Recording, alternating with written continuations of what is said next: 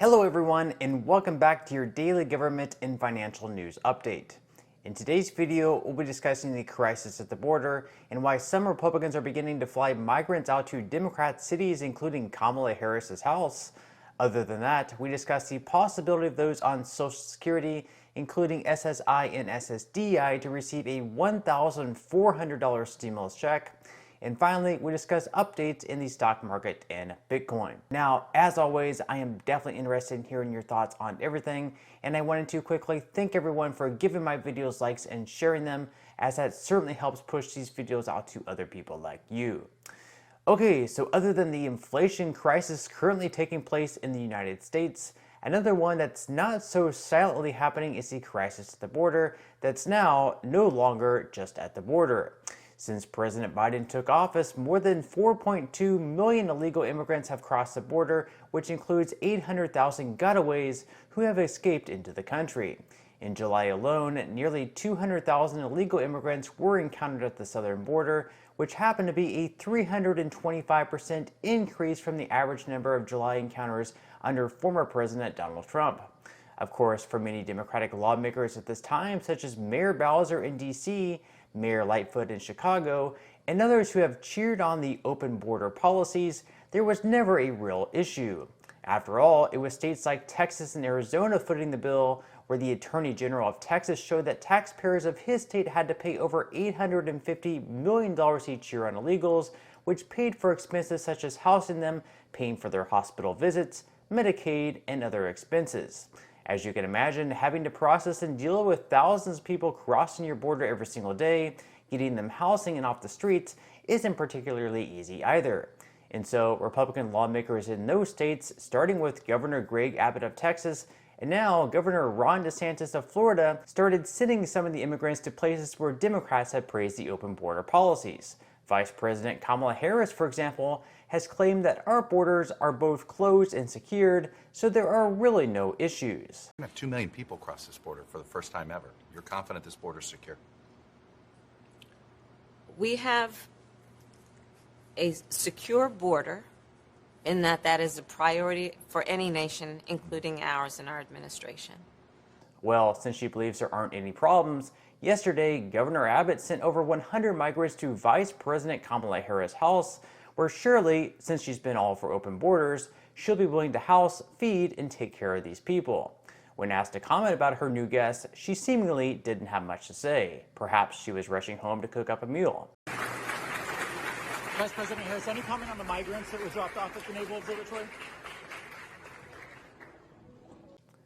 Now, on Wednesday night, Ron DeSantis sent 2 planes full of migrants to Martha's Vineyard, which is an island full of rich and powerful liberals such as Barack Obama. DeSantis pointed out that the same people who voted for open borders in sanctuary cities, the minute they even get a small fraction of what border towns deal with each and every day, they then begin to freak out. Beating their chests when Trump was president, saying they were so proud to be sanctuary jurisdictions, saying how bad it was to have a secure border. The minute even a small fraction of what those border towns deal with every day is brought to their front door, they all of a sudden go berserk, and they're so upset that this is happening. And it just shows you, their virtue signaling is a fraud, okay?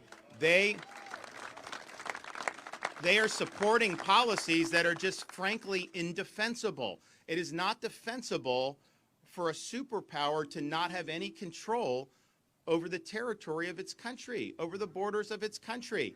And he inherited a situation where you didn't have this happening. And yes, we needed to build the wall. There was more that we needed to do. He reversed the Trump policies, knowing what would end up happening. And one of the reasons why we want to transport, because obviously it's expensive if people are coming here. It taxes social services and all these other things. And so there's already been declared a humanitarian crisis at Martha's Vineyard, even though realistically a lot of the homes there do just sit vacant. And so these are just these huge mansions. So if they really wanted to, they could easily house the people flown into the island. It's easy to virtue signal, I guess, until the problem arises at your front door. And so Democrats in these cities who are now facing this issue because of immigrants being bused or flown into their cities are now beginning to say that something definitely needs to change. The federal government has to step up. I was in Washington, D.C. last week, talking to members of Customs and Border Patrol, National FEMA, ICE, and DHS. And we made it very clear, I made it very clear, that our expectation is that they were going to have a plan that features communication and collaboration with interior cities. And they must do that, and they must do that soon. I know that they are under enormous pressures. This is not a new challenge at the border, but this is a new challenge for us, and we need federal support, resources, communication, and collaboration, and that has to come in short order. Do you think that the migrants being dropped off here will make the Biden administration see it more clearly, since it's where they live too? Oh, I'm pretty sure they understand and see the situation clearly. But all the lawmakers here and the lawmakers at home in their homes in Texas or Arizona, they need to understand that we need a system, an immigration system that works, that's fair at the border, but also is dealing with the millions of people who live here who need a pathway to citizenship. Now, Bowser does actually make a good point that the people already here really probably should be put on a pathway to be a resident or a citizen, as long as they're a good person, they're working right now, they're trying to better themselves, and they'll make this nation a better nation. And as of right now, we definitely still have a lot of job shortages that need to be filled, and these people coming here are out of desperation from the poor conditions that they were in their country. So even if they were to make maybe a low hourly wage, working somewhere maybe just the minimum wage, to them is actually a lot of money, and they can use this money to help their family back at home and build a better life. So although we definitely need to secure a border, in the meantime, we do need to come up with a solution for those people who are already here. Now, moving into some news regarding Social Security, where I have received a lot of comments and messages asking about a possible forced stimulus check, specifically targeted at people on lower incomes such as SSI and SSDI. Now, months ago, the Senior Citizens League started a petition for a $1,400 stimulus check for Social Security recipients, saying that because of all the extra inflation that has taken place, this would help offset some of those issues. And yes, with inflation rising each month between 8 to 9%, and Social Security recipients only receiving a fixed income, some a very low amount, even below $1,000 per month, it's been almost impossible to keep up with the rising inflation. So let's say that in theory, they did send out a $1,400 check to everyone on Social Security benefits between September through December of the rest of this year. That would be a boost of $350 per month in pay, which, although may not completely solve everyone's problem with the rising costs, could certainly help just a little bit.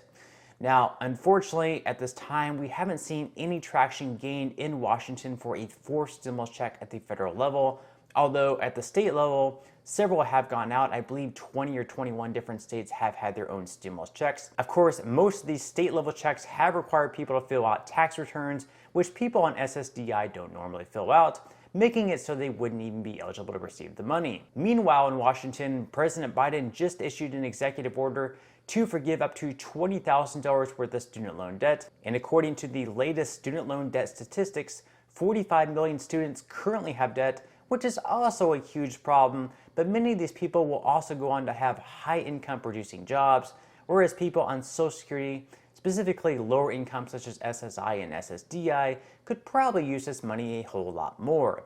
So let's say that instead of offering student loan forgiveness and handing out up to $20,000 worth of money to go towards student loans, they instead gave some extra money to people who really needed it the most. In my opinion, if we're going to spend money, it really should be more targeted to go to people who really need it the most, who are really struggling during these times. Unfortunately, though, Congress has really pushed any reform to Social Security to the side over the past several decades, and the chances of the petition by the Senior Citizens League to send out $1,400 stimulus payments to Social Security recipients, the chances of that actually happening is pretty much slim to zero. Now, there are a couple of different bills in Congress which, if passed, would boost Social Security benefits by as much as $200 per month, but until those are voted on and passed, there probably won't be too much help. Next month, though, we should know what the cost of living adjustment for next year will be, which should be on average around a $150 monthly raise, but again, that raise won't be seen until next year, which is still nearly 4 months away. Now, in some money news, stocks once again fell on Thursday, with the S&P 500 down by 1.13%, the Dow Jones down by 0.56%, and the Nasdaq in the red by 1.43%. Futures for today so far are also in the red after FedEx stoked fears about the state of our economy, saying that a global demand slowdown accelerated at the end of August and was on pace to worsen in the November quarter.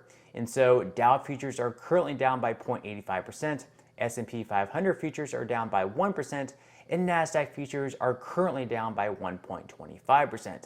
Just like the stock market, Bitcoin has also been down pretty big over the last day, dropping by 2.14% from Thursday to Friday morning, and is currently sitting once again in the high 19,000. And even though the market may continue going down even more, it's impossible to predict where the bottom ever is, but still, you can actually get in at some pretty good prices at this point in time.